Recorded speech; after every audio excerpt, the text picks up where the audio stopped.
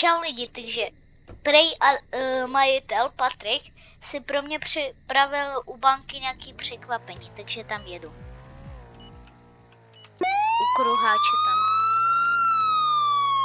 Takže jedem. Zajímá mě, co tam připravil ten Bobrito Bandito.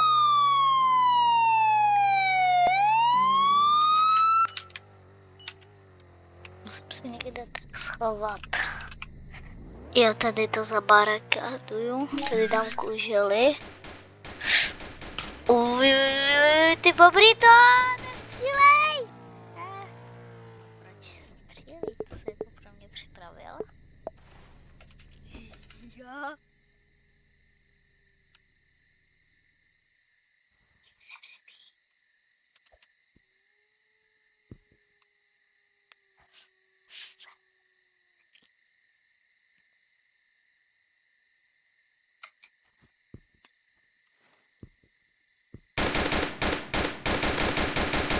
Já! Brosky dostal ském. Počkej, proč ležíš?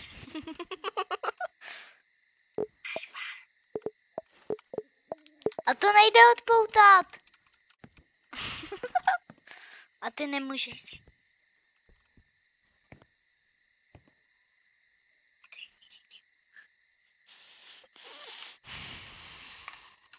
Proč to nejde? Co mám s tím dělat?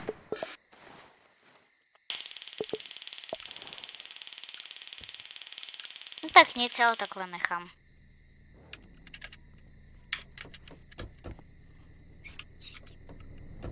O, Patrik mi volá, tak to zvednu. Čau, Páťo.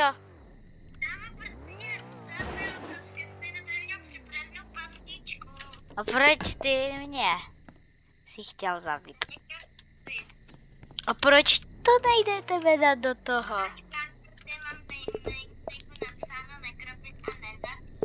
No a ty jsi mě chtěl zabít.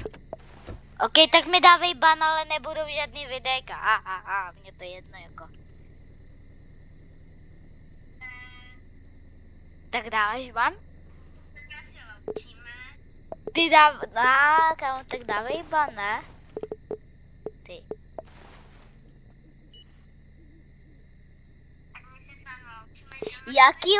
Jak loučíme? Neloučíme, dělej.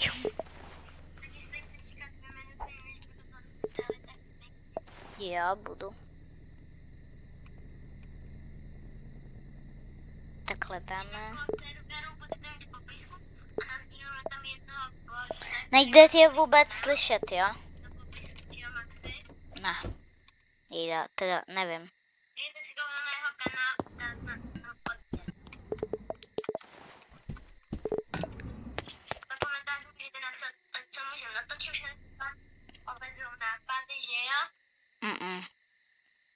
Jaký omezený nápady, však ještě nic nenapsali ty lháři. Prostě víte, Páťa je takový lhář prostě, jako sorry. Ale že jo. No tak klidně, ale nebudou videa. No dávej ban. No vidíš, takže jo nebo ne.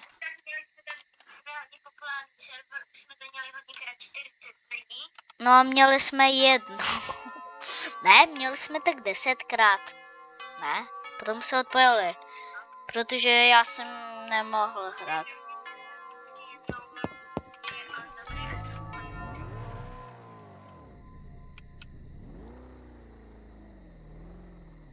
Kde jsi? Já jedu k tobě do hospitálu.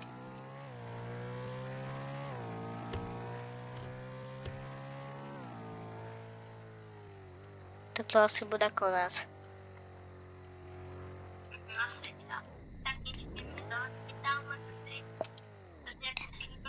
Jde.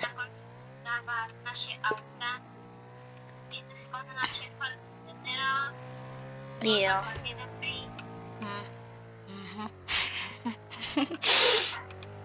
Jestli na tomhle videu dáme 10 lajků, tak teda dáme pár adminů.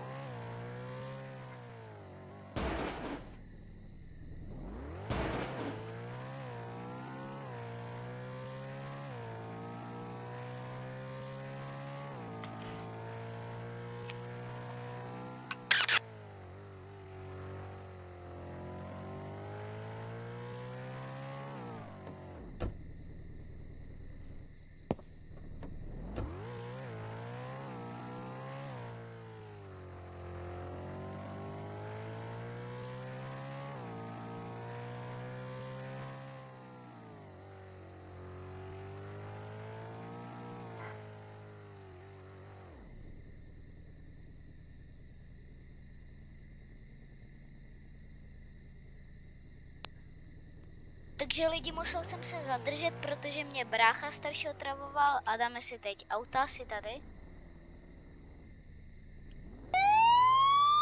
Dáme si sem auta, dej si tam to svoje. Ok.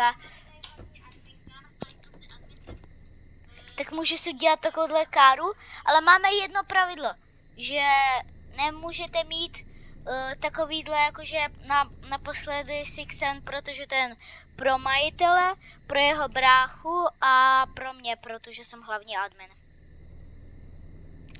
A to asi je konec a čau. Čau.